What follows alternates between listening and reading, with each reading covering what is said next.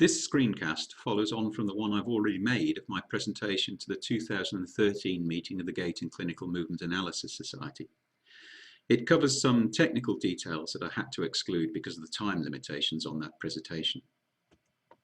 This is the data I illustrated in the main presentation and commented that I was going to focus on the difference of the data of one service, the red service in this case, with the average for both centres in green.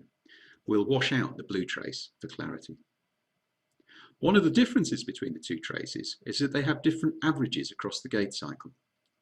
We can visualize this as a fixed offset applied to the red data. Notice that there is an optical illusion which makes this appear less in regions where there's a pronounced gradient on the graph. It's clear that the difference is not just given by this offset, however. There's a difference between the two waveforms as well, which is represented by this blue area.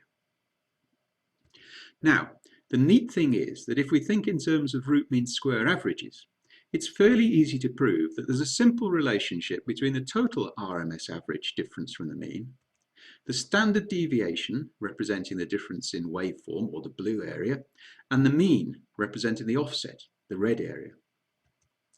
The relationship allows us to define a variable I've called the offset percentage, which represents the proportion of the mean square that arises directly from the fixed offset.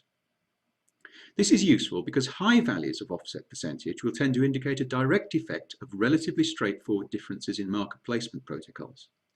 It should be possible to resolve these relatively easily.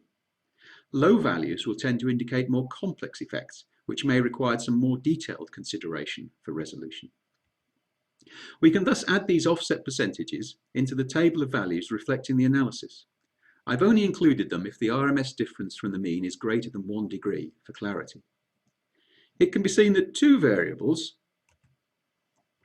with the biggest offsets, hip rotation and foot progression, have a large offset percentage, suggesting a simple difference in marker placement protocol. The other variables show much smaller offset percentages, suggesting that the differences here may not be directly attributable to such simple differences. It's interesting to note that the differences in these variables appears to follow the pattern reported by Schwartz, resulting from differences in walking speed. The process by which marker data is incorporated into the calculation of kinetic variables is considerably more complex than that for the kinematic data, and none of the offset percentages is particularly high. It's probable that the offset percentage will be less useful in explaining the sources of discrepancies between data sets for kinetic data than it is for the kinematic data. I'll just leave you with proof that the mean square can be resolved into these two components. Pause the video if you need extra time to take in the detail.